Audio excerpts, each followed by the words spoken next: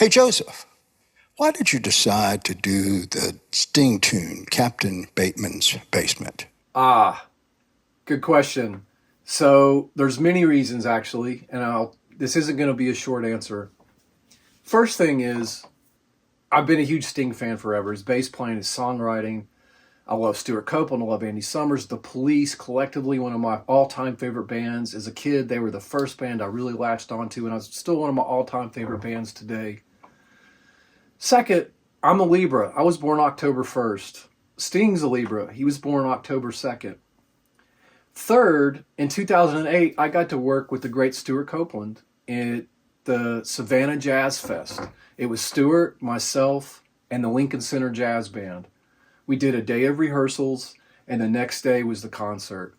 And I just can't tell you, I've had a lot of great moments in my career, but that was definitely one of them.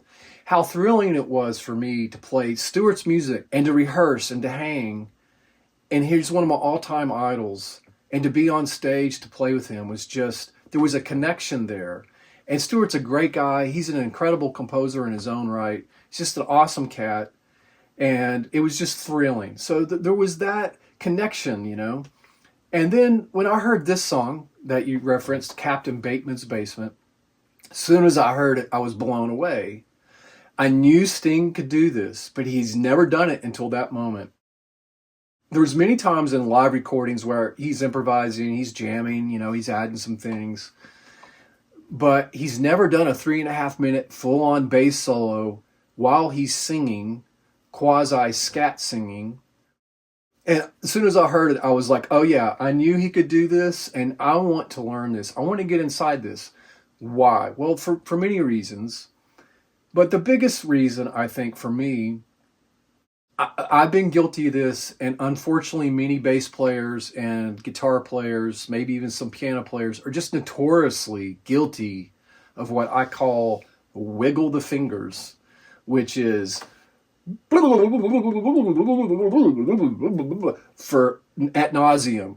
There's no breath, there's no space, there's no dynamics, there's no phrasing, there's no storytelling. It's just a plethora of notes. And after 30 seconds of that, it might be cool for an effect, but to just constantly play like that it's nauseating. And the beautiful thing about the way this song is when Sting plays, you just take the first phrase, da da da da da da da da. Before he continues the next phrase, there's a breath. And the whole song is built on these beautiful phrases with the space and the breath and the dynamics. And I was like, you know what? I need more of that in my personal playing. I want that in my personal playing. I got deep under the hood with it, and I was like, I'm going to learn this. Now, I had no intentions of ever putting this song out. It was just a personal J.P.M. I want to get better at my craft, and I want to learn this song. So I got deep under the hood with it. Well, as the months rolled on, and they did, to memorize this 3.5-minute song, I was like, man, I've invested a lot of time in this, and I know it was personal, but I need to document this. I need to try to do an arrangement of this. And I struggled with it because I almost wasn't going to do it because I was like, oh man, people are going to say, man, you just learned his transcription and you basically just played exactly what he played. That's true. That's very true.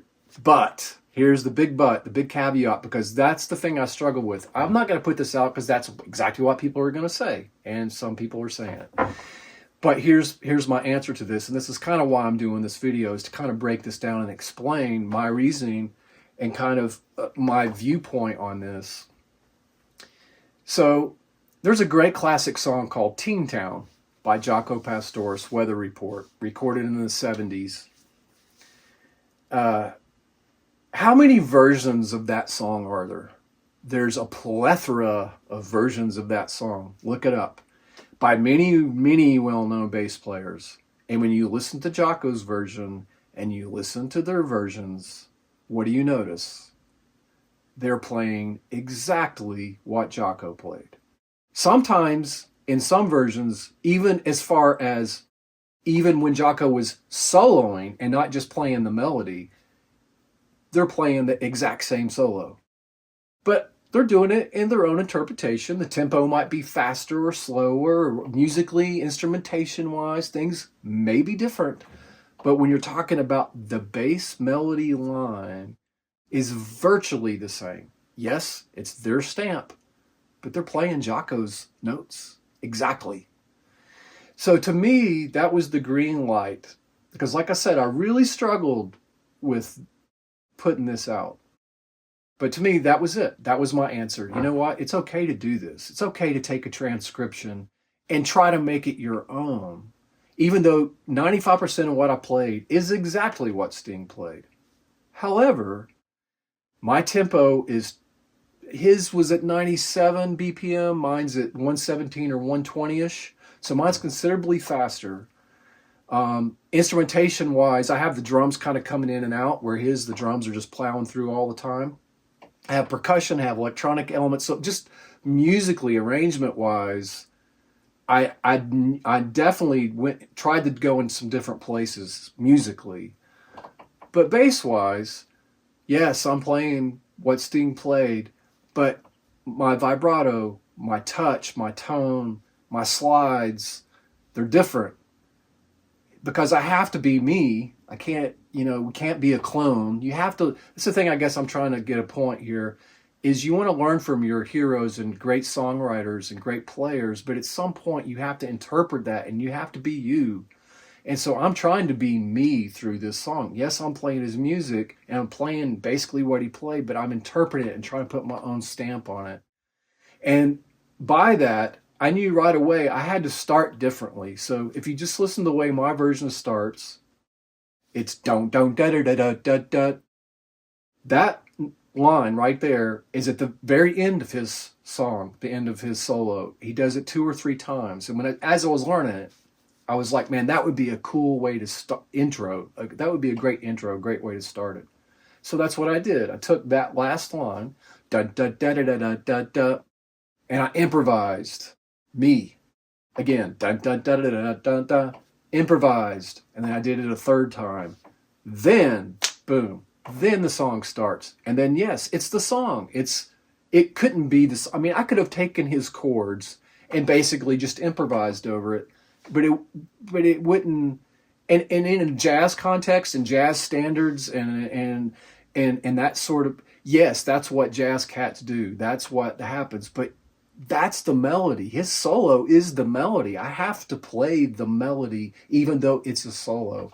So yes, I played it. And then at the very end, I did exactly what I did at the intro. I bookmarked it. To me, it was a great way to start it and end it. So when it ends with that da da da da da da da, I'm improvising. I'm off Sting's world now. Now I'm into J.P.M land, and I'm giving you 3 phrases that are original, improvised, spontaneous, in the moment. Here we go. And that's what I did. So in a nutshell, I guess what this whole experiment was with this song is, to me, this is the modern day version of Teen Town. And this is a great song for everybody to learn. Again, get rid of wiggle the fingers. Work on breath, phrasing, and space, and dynamics, and tone, and touch, and time, and like all the basic elements that make music what it is, I did it for personal growth. And then as I did it, I just fell in love with it. And I'm like, I want to try to do something with this. And so it's what I did. So anyway, I appreciate you checking this out. I hope you'll check out my version. But more importantly, go to the original source. Check out Sting's version. Listen to the way he's singing, the way he's phrasing. It's beautiful. And there you have it. Captain Bateman's Basement. Cheers.